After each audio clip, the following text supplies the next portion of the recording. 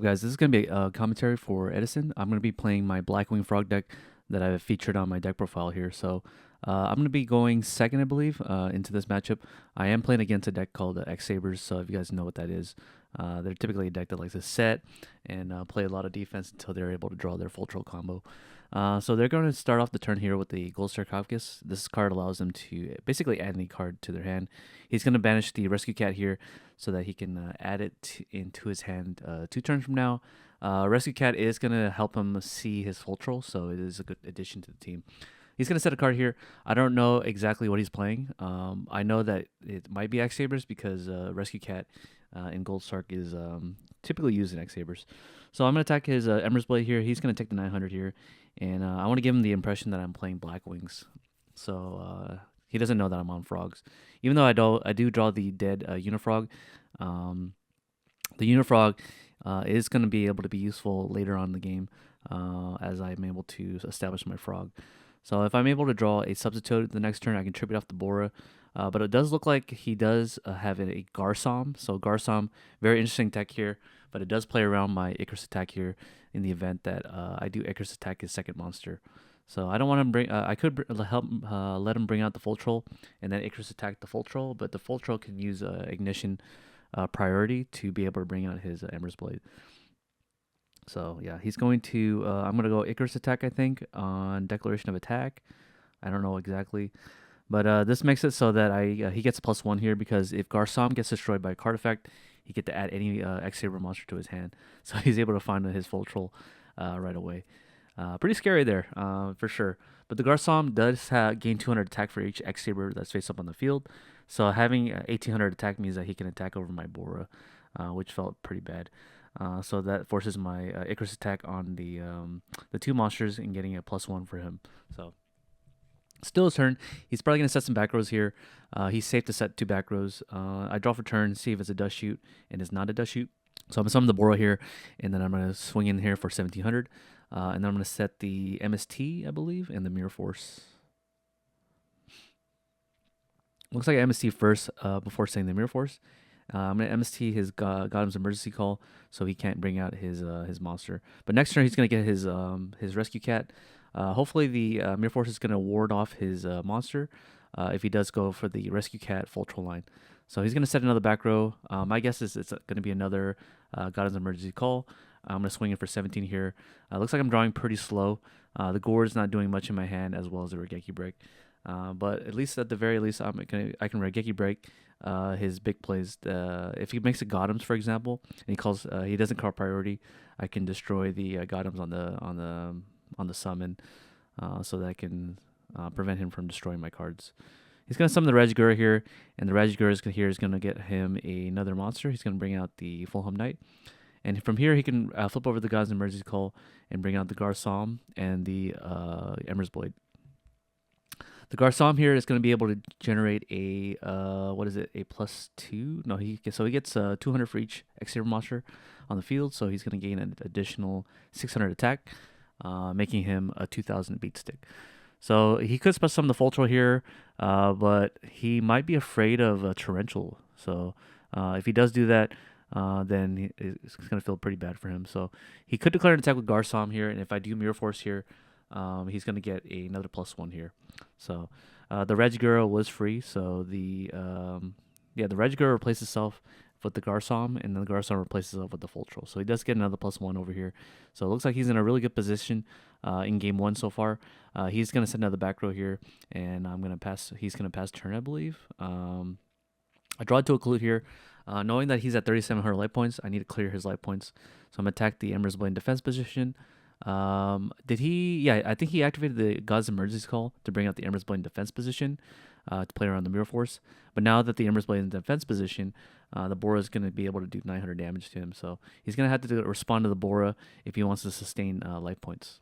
I do have a Clute in my hand, so the Clute could do some damage. If I were to drop it on the damage calculation, it only goes up 3,100 life attack points, so he's going to take, 31 minus 800, I believe. So I'm not sure what the difference is there. So he would take 2,300 life points. So he'll still be alive. So I was hoping the Bora can clear the attack here, but is not going to be able to do that. So I don't have another monster I can summon here except for Gores. But on the attack declaration, I could MST on attack declaration and bring out the Gores. However, he does have the full troll in hand, so that means that he can bring out his Gotems. So I use the Raigeki Break here to discard the Kalut. I should have discarded the Unifrog, but I don't want him to think that I'm playing on frogs. So I just discard a card that, is typically in Black Wings. But Raigeki Break is not in Black Wings at all. So he's going to attack here for 13. I'm going to drop the Gores here. The Gore is going to bring out a token. Usually with the Recruiter on the board, it's not going to do much. The Gore is not going to do much to it. So I'm going to put everything in attack position here, and I attack over the Ember's Blade. So he's going to take 1,400 light points here, and unless he wants to do something in response. So he's going to compulsory my Gores. I'm going to set the bottomless here, and so let's see what happens here. He's going to MST on the chain here, or on the draw phase, summon the Rescue Cat, and then bring out 2 monsters. So yep, this is pretty much a clear win here for him. So he can special summon the Full Troll and start ripping cards out of my hand with his Gotems. He's safe to do all the plays that he can. I think I pretty much see the future here. I'm just going to scoop. So there's no point in playing this out any further, because he can just synchro the Full Troll after he uses the effect, and then he's going to bring out the Gotems with the Fulham Knight and the Full Troll. So, and then he can just go into Gotems, discard the 2 cards out of my hand, and then you pretty much win from here. So I just pretty much give him the game 1 to him. I don't think I made any misplays per se. I did play around the Gotham Emergency Call, so he couldn't bring out his second monster. But yeah, I'm gonna side deck in the I want to side in Vanity's Fiend, I believe. Vanity's Fiend seems like a good choice into this matchup. But I'm looking at my side deck. I'm also siding the Dust Tornadoes as well. Not sure why I'm siding in the Smashing Ground. There's no reason to side Smashing Ground against this matchup. But definitely Caius should go in for sure. So Caius is going to be able to banish the Ember's Blade while it's set. While it's set, that means that I don't have to worry about Ember's Blade crashing if I were to. So I side out the Rises too. Siding out the Rises means that I don't bounce the Ember's Blade to the top, so they can just summon it and crash into my Risa. So I should be taking out all the Rises for the Vanity's Fiend. There's no reason to keep it. I took out the Raigeki Breaks. Again, in my deck profile, I said that Raigeki Break is not really good in this particular build. So instead, I'm going to side in the Book of Moons for that as well. The Book of Moons is going to help me control the board a little bit. I side out the Bottomless as well because I don't want the Bottomless. The Bottomless doesn't hit anything out of that deck except for Garsom. But yeah, for Ember's Blade, I'm gonna deal with the the Ryza should not be in that deck. It should definitely be a Vanity's Fiend. So maybe I make that realization in games 2 and 3 where I realize Vanity's Fiend is so much better in this matchup because they have Gotham Emergency Call and they have Ember's Blade, and being able to shut off both of those cards with a single monster is it feels pretty nice. So let's see what's going to happen in games 2 here. Hopefully I'm able to make a recovery. Otherwise, he's going to 2-0 me. I'm going to go first here. I'm going to draw the Shura with the Ryza. If that Ryza was again, a Vanity's Fiend, it would be nice. I'm going to set the Treeborn Frog here. I don't feel like setting the Dust Tornado because he might not set a back row with his monster. So he could just set an Ember's Blade. He's going to Mind Control here, and he's going to make the realization that I'm playing Blackwing Frogs. So he's going to summon the Airbellum here, and if he attacks directly here, he can hit the Ryza out of my hand so that I can't tribute for Ryza. So he's going to roll 2, and he hits the Ryza out of my hand. So pretty good on him, but I do have the Shura. So if he sets a back row, I can pretty much Heavy Storm and then attack over the Airbellum. So let's see what happens here. He's going to pass turn without setting any back row, which is kind of interesting. I'm going to normal summon the Shura, special summon the... or maybe I flip summon the Treeborn Frog here. Yeah, I flip over the Treeborn Frog here. Special summon the Gale, I think. Half the monster. I could do that too. So flip over the Treeborn Frog.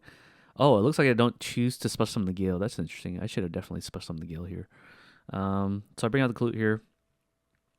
I'm going to attack for 114, so this is going to be 1,500 damage here.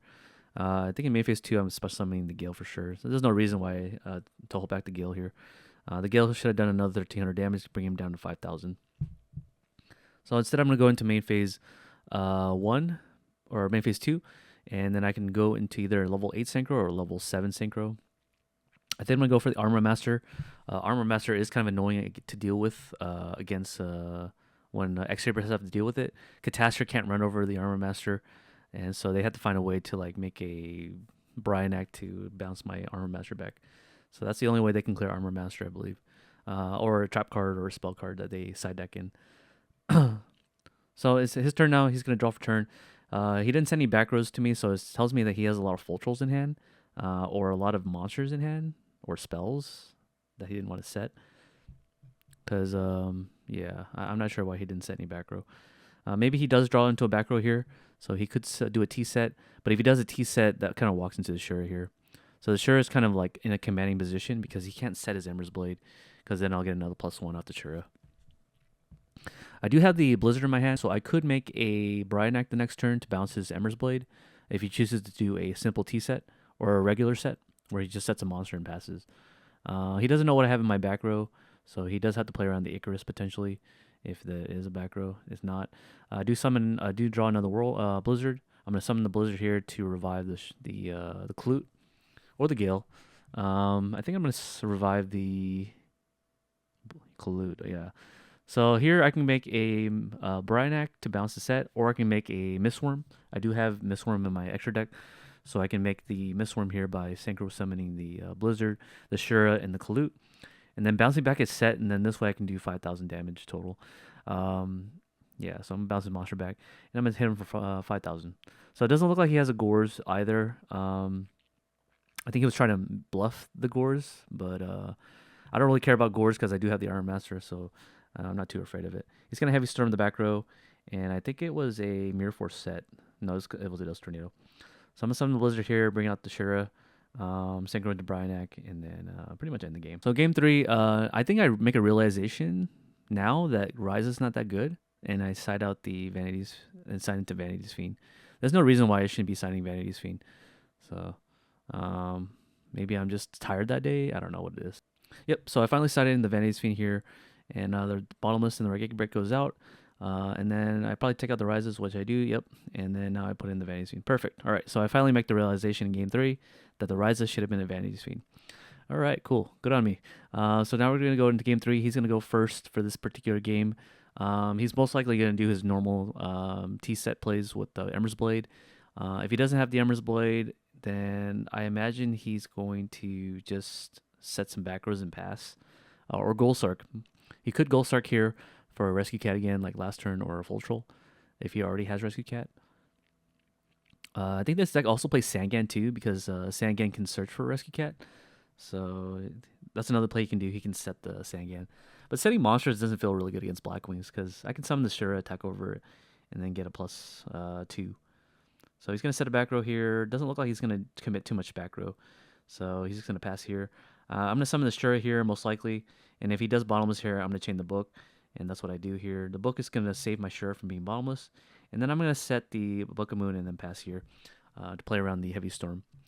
So he's going to Mind Control my Shura. He's going to summon a Tuner. And then I'm going to Book of Moon once he flips my Shura. And this way, when he flips my Shura, that means his Bottomless, if he does have one, is going to be useless. So now I can just go straight into battle phase the next turn, attack over his Fulham Knight, and then special summon a Blackwing monster from my deck that has 15 or less attack. So yeah, let's see what he does here. Maybe he should have summoned the Fulham Knight first before flip summoning my Shura, and then I booked there. No, I always book if he flips the Shura, so it doesn't matter. So he's going to pass his turn here. I'm going to go straight into battle phase, attack over his Fulham, and I'm going to get a Gale here to go into the Armor Master. Or maybe I can just go into Gale without going to the Armor Master, so my Icarus is live. That is also a consideration here. I want my Icarus to attack to be a +1, so I don't synchro summon here. I'm just going to set the Icarus attack in the event that he is able to bring out 2 X-Saber monsters. So he's going to need to find a way to put 2 X-Saber monsters on the field. Otherwise, I'm going to control his board for many turns. So he's going to do a T-set here. He's going to set 2 more back row. I'm going to end phase Icarus attack here. I'm going to tribute off the Gale to destroy the other 2. Or I can tribute off the Shura. I think here I'm going to tribute off the Gale because it has the weaker attack. And it's also negated as well. And then if I do that, my Shura can clear another attack. So I'm guessing he set a monster that doesn't want to be attacked. Looks like I destroyed the Solemn Judgment and the Godham's Emergency Call.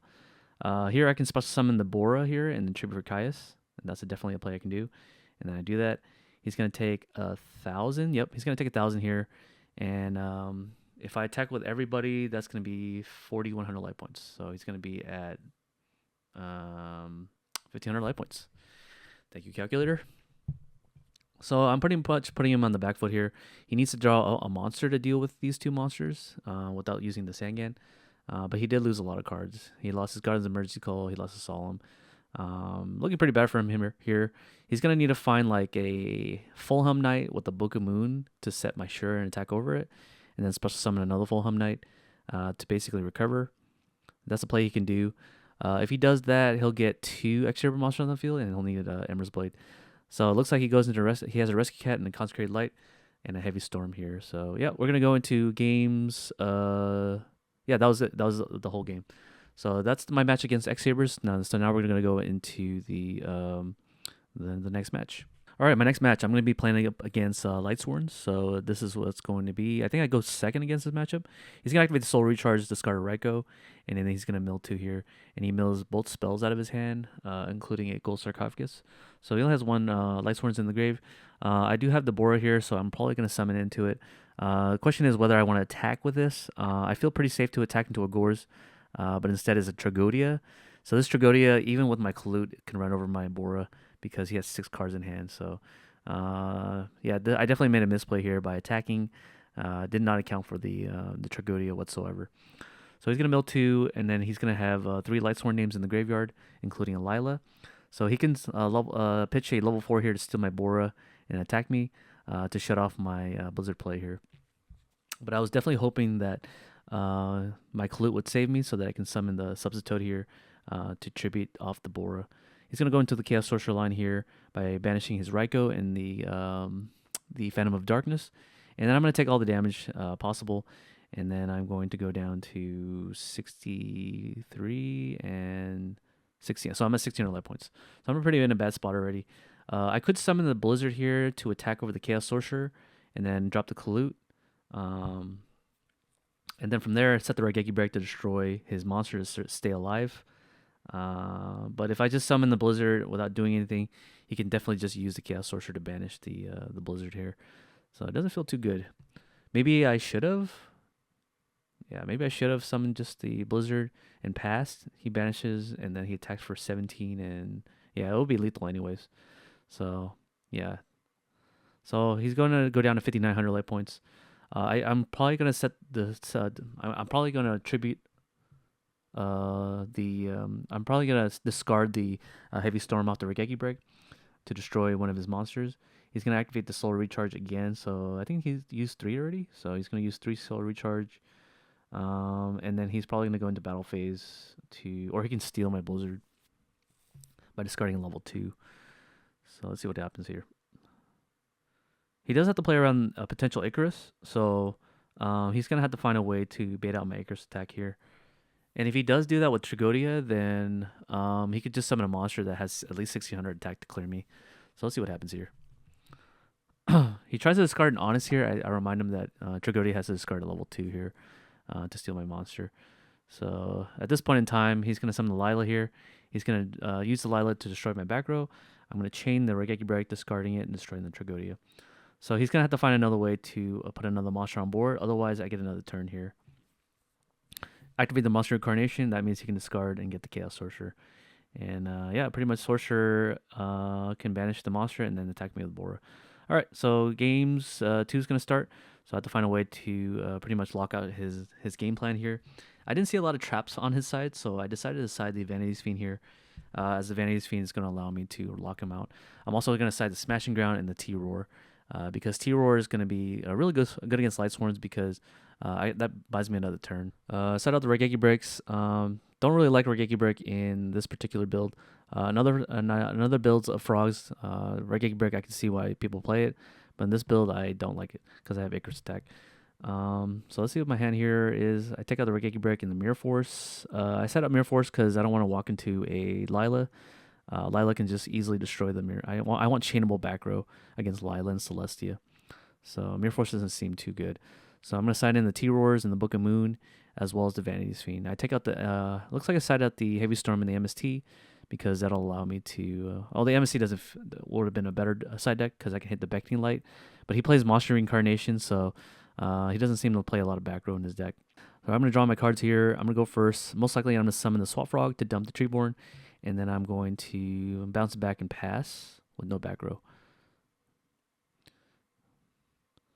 And then basically pass turn here. If he summons another monster, then what I can do is smash and ground it, or I can use Shura here to attack over the monster. He's going to attack with Lila here, and he's going to mill 3 at the end phase, and he's going to mill 2 Light Swords. I'm going to bring out the Treeborn Frog here. I'm going to normal summon the Shura, special summon the Gale, it looks like. And then, yeah, and then I can special summon even Bora too, just to do more damage. So I'm going to half the Lila here. I should be playing around the, yeah, I should not be attacking with Shura here. To play around the Honest, I should have made an Armor Master, or even a Dark End. No, not a Dark End.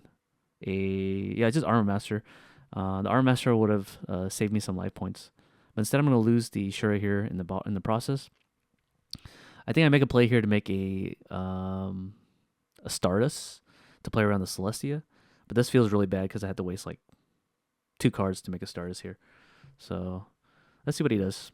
So the Lila here could, he's going to have to find another Honest to clear my Stardust. If he can't find an Honest, he can also summon a Plague too, which also feels pretty bad because he can make Goyo Guardian because I don't have a back row. So he's going to Monster Reincarnation back for the Honest, and then he can go into battle phase and attack, drop the Honest, and then my Stardust dies. But at least the Stardust was able to take out a Monster Reincarnation as well as a Raikou, so that kind of feels alright. Feels like a 2-for-1. In main phase 2, he summons Lumina without using the effect, and then he mills a Wolf, so feeling pretty bad for me, but now I'm down in 1 game. I have to figure out how to deal with this board. I do have the option here to go into a Black Rose, since I did draw a Bottomless Trap Hole, so I think that's what I do here. I'm going to Synchro Summon all of my monsters after I declare an attack for damage, and then I'm going to Synchro into a Black Rose here. So it doesn't look like he has the Honest on the second attack. Unlikely to see the second Honest. Black Rose the field, and then I'm going to set the Bottomless in the event that he draws a JD, that I can just summon a monster. He's going to Heavy Storm here, but he's going to Heavy Storm and do a pass play. No, he's going to special summon JD. I'm going to take the 3,000 here, and he's going to mill 4. Let's see if he mills a Wolf. He doesn't. I'm going to activate the Treeborn Frog, activate the Smashing Ground here, and then set the Dupe Frog with another Bottomless. Looks like I drew another Bottomless. So, nice little top deck here. And then if he summons another JD, I can just blow it up with Bottomless. So if he calls priority on JD, I can just Bottomless, and then I'll get my Dupe Frog. Because the last thing that happens was the destruction of the Swap Frog. So he's at 7700 life points. I need to find a way to clear his life points. I could summon the Swap Frog here and attack, but I don't want to walk into a Gorz. I checked his graveyard, and I don't see a single Gorz in there. So it makes me reluctant to summon a Gorz and attack. I do have the option here to summon the Klute and attack with Klute, but it doesn't feel good. So I just pass here and do nothing. So we do a lot of draw passing. Draw into a Book of Moon. That doesn't feel good either. So I summon a Swap Frog here to dump a... I choose not to dump because I want to draw into Substitute. I attack him over the Plague, bounce over the Swap Frog, and then set the Book of Moon and pass. He's going to activate the Avarice here to give him +1. So this allows him to put more monsters out. He's going to make it so that he at least still has 4 Light Swords in his graveyard, so he can drop his second and third JD. So hopefully he doesn't draw into a JD. Otherwise, I'm pretty much boned here. He does still have that back row. I'm not sure what he's going to use it for. I eventually draw into a Bora. I'm going to summon the Bora here. And if he does like MST on the attack declaration, he still has a Book of Moon at least.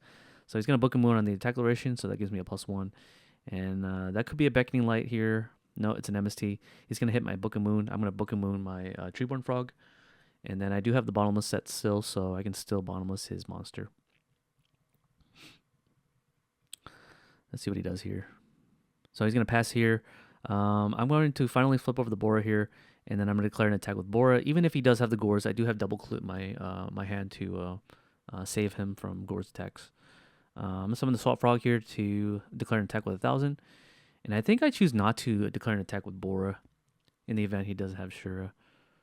In the event he does have Gores. So I actually declare an attack here, and he's been bluffing Gores the entire time. So good on him. Now he's at 5,000 life points. He's going to Gold Shark for the JD.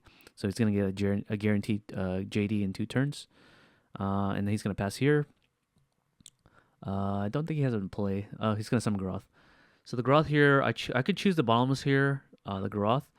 But I choose not to do that because he has Plague Spreader Zombie, and if he wants to go into a level 6 Sangro, I'm going to Bottomless his level 6 Sangro. If he just chooses to declare an attack on my Bora, I could just Colute over. He's going to attack over the Dew Frog. He's going to take 150 light points because Dew Frog is big. And I draw into a Brain Control. So I'm going to use the Brain Control here to Synchro Summon with his monster, I think, after I Synchro Summon. Or what do I do here? It looks like I bring it out. I could go into Bryanak, or I can go into Armwing. I can make an Armor Master too with the Treeborn Frog.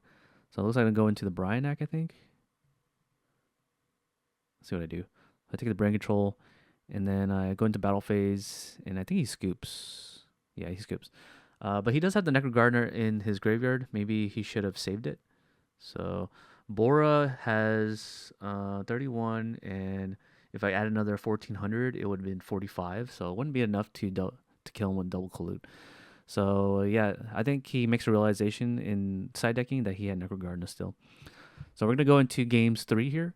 So games 3 here, I think the side deck's perfect already against Lightsworn. There's really nothing I can do here.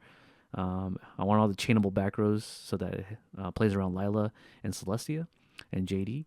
So yeah. So I draw my 5 cards here, and let's see what happens. I do. Looks like he summons the Card Trooper. He's going to mill 3 here. Hopefully he doesn't mill a Wolf. He mills all spells and a Celestia. So he gets 1 name in the graveyard. I can summon a Colute here to attack over the Card Trooper. He's going to take 1,000. And then I can choose to set Icarus here, but it doesn't feel good to Icarus when he has no board. So I'm going to pass here with doing nothing. He's going to Gold Sark for Judgment Dragon or Charge the Light Brigade, depending on his hand. And he's going to banish the Judgment Dragon here. So he could summon. It looks like he's gonna set a Raikou. I draw into yet another Colute. I'm gonna attack into the potential Raikou, and he's gonna mill and destroy it. He's gonna mill more spells, but he does have. He puts it on the Lightsworn in the graveyard here. So I set another back row here, and or a monster, and it looks like he attacks to my Dew Frog. Okay, so I get a Swap Frog here. So this allows me to get the Treeborn in rotation. Let's see what I do here first. Do I summon the Swap Frog, or do I try to find a way to clear the Cyber Dragon? Looks like I draw into a Blizzard here. I do have a Clue in my graveyard, so I could summon the Blizzard to go into Catastrophe to attack over the Cyber Dragon. I could also Brain Control, take the Cyber Dragon, and then normal summon the Blizzard to get the Colute, and then Synchro Summon into Armor Master. And that's the play I do. Summon the Blizzard to make the Armor Master. Yep. And then I do have an Icarus attack, so I'm going to attack over his face down. Let's see what it is. It's a Necro Gardener. Okay. So I still feel bad to set the Icarus, but I'm going to do it anyways in the event that he finds a way. He's going to special summon Cyber Dragon here. He could tribute for Caius. Instead, he's going to attack the Colute. I remind him that Armor Master can't be destroyed with battle. So yeah, he's going to attack on my Colute here. And I think he sets a monster. No, he doesn't. So I can summon the Swap Frog here to dump the Treeborn, but I already have the Treeborn graveyard, I believe. No, I didn't. So I can normal summon this, dump the Treeborn out of the deck, and then I can go into battle phase here to attack over the Cyber Dragon. If he drops the Honest here, I get a free +1. So, but his Cyber Dragon stays alive here. I could use Smashing Ground the next turn, but I know he's going to bring out JD in the next turn. So I'm going to keep the Icarus there in the event that he wants to special summon the JD. So here I make a crucial misplay. I summon the Colute here, and I use the Icarus attack to destroy the face downs. But that plays into Gores, and that also plays into JD. So, yeah. So Icarus attack here, that was a misplay. And then if I attack directly for 25, even though I do have the Armor Master, the Necro Gardener does block the attack. So That's good for me, but this is a really bad position because now he blows up the field. Special summons 2 G80s, and that's lethal here. That's a total of 7,700 life points. So had I kept the Icarus attack and just used the Clute instead to attack, I would have been in a better position, I would say. But yeah. So I lose games. I lose the match to Lightsworns, but it was totally winnable had I done the right play. All right, this is going to be round 3, which is the final round of the tournament. I'm going to be playing up against, I believe, zombies. So the zombies is going to be on the psychic package that allows them to use the emergency teleport in order to make a Cribons and Synchro Summon. You can also make a psychic commander to make a level 7 as well. So it looks like I win the die roll here, and I'm going to be summoning the Shuro with a set card. I think I set an Icarus attack or an MST. It is an Icarus attack.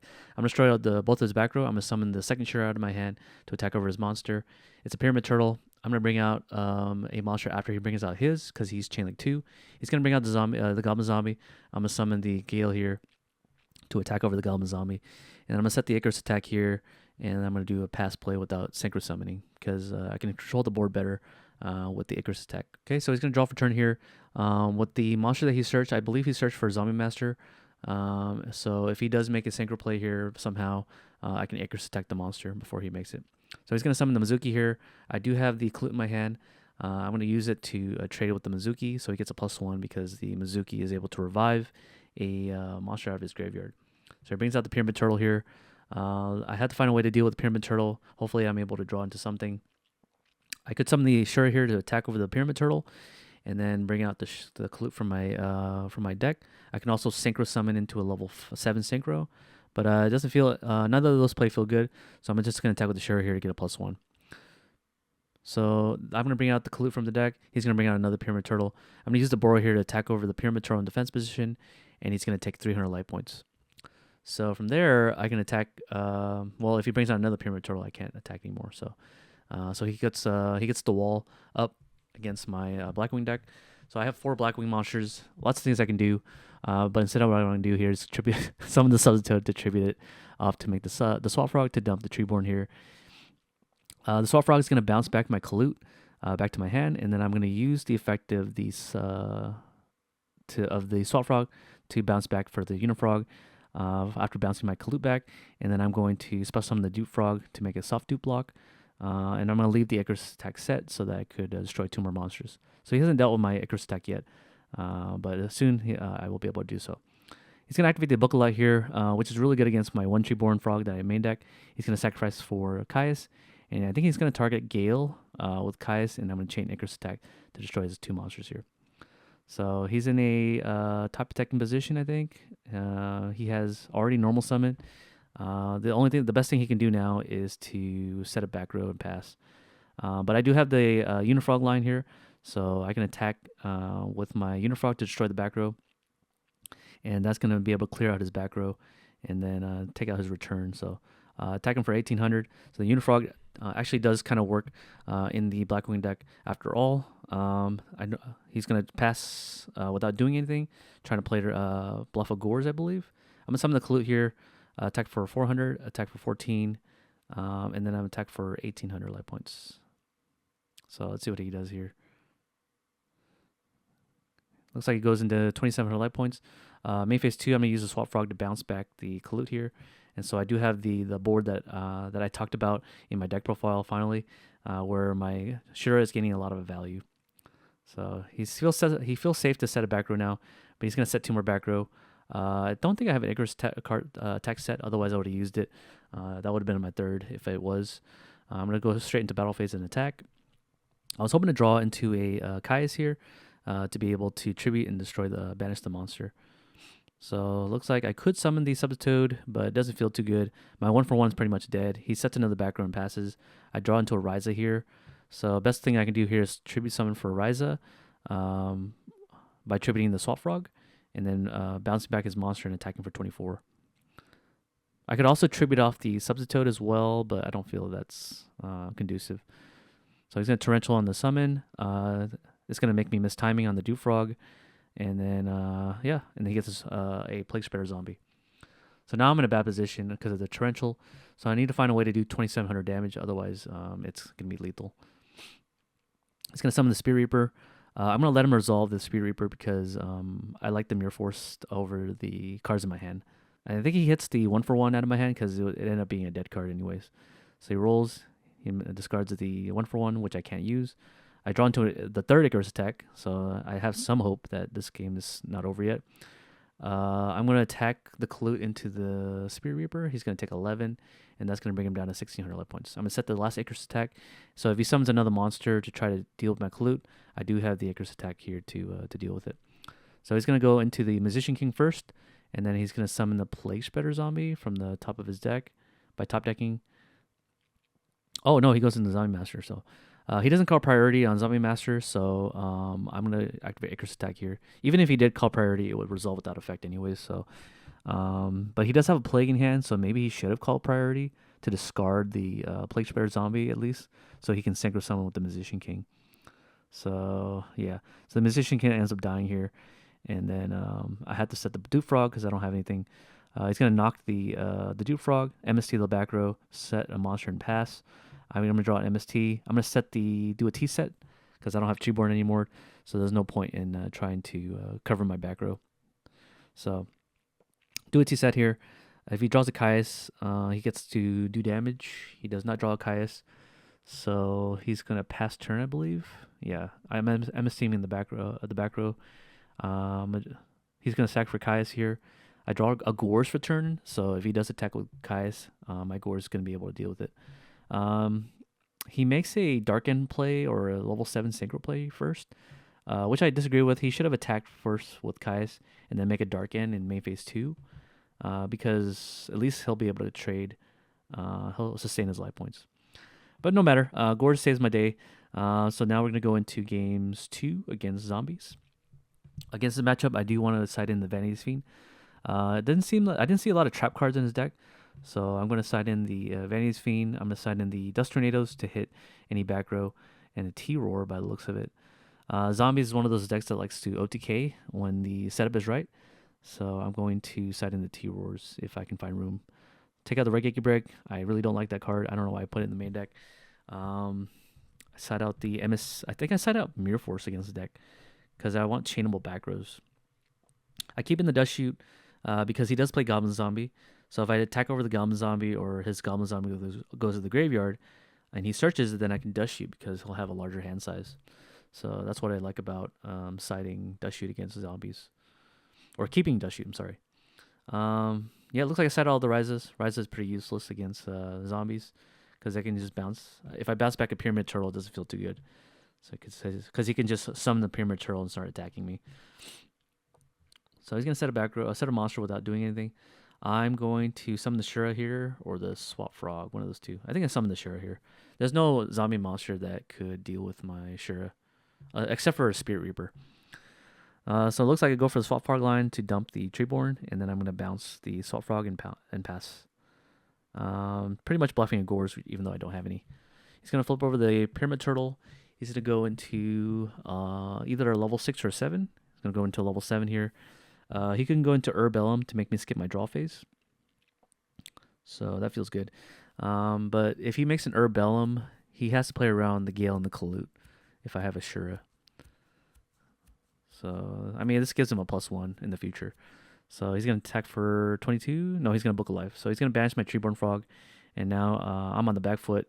Let's see if I can get out of this situation. Otherwise, it's a pretty grim situation. I do have a Shura, though. I can attack over the Pyramid Turtle. And then I can make a Black Rose in main phase 2 if I make a Gale. So he's going to go for the Pyramid Turtle. He should have made a Goblin Zombie, actually. I mean, if he made a Goblin Zombie, I would attack over it, and he gets a search. But now my 1 card deals with his 2 cards. So this feels good. Actually, it's 3 cards because he committed a Pyramid Turtle with a E-Telly and the Book of Life for this board. So... yeah, we pretty much recover here. I don't have a Treeborn Frog anymore, so there's no reason for me to not set back rows. So I could summon the Substitute or Swap Frog to dump, but I'm not going to dump. I'm going to normal summon the Swap Frog without no effect. Or it looks like it used the effect, never mind. I'm going to dump the Substitute, and I'm going to attack for 1,000. So he's at 6,400 life points now. I'm going to pass, leaving him up. I do have a back row to protect my Swap Frog, but he's going to Dust Tornado, and I'm afraid that he's going to summon a monster attack over, but he doesn't.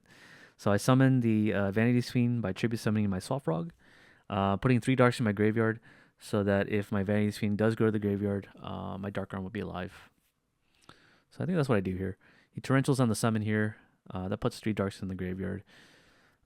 So at this point in time, I could summon another monster and pass, but I'm going to wait for him to commit some monsters to the field so that I can use Dark Arm to destroy his monster.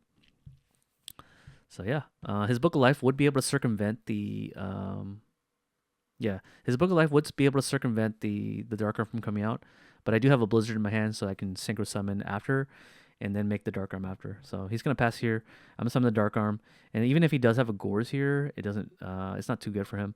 I'm going to special summon the Ashura. I have an Icarus attack in my hand, so instead of going to the Synchro play, I'm going to attack for 4,100 damage. So if he does drop a Gores here, my Icarus attack can deal with it. My Dark Arm can deal with it as well. I do have to play around the Brain Control, but he doesn't have a Dark Monster in the graveyard. So instead of Synchro Summoning into a level 6 Synchro, I leave 1 bird up so that my Icarus attack is live. So let's see what he does here. Most likely it's going to be a Brain Control, and then he's probably going to sack for Caius if I remember correctly.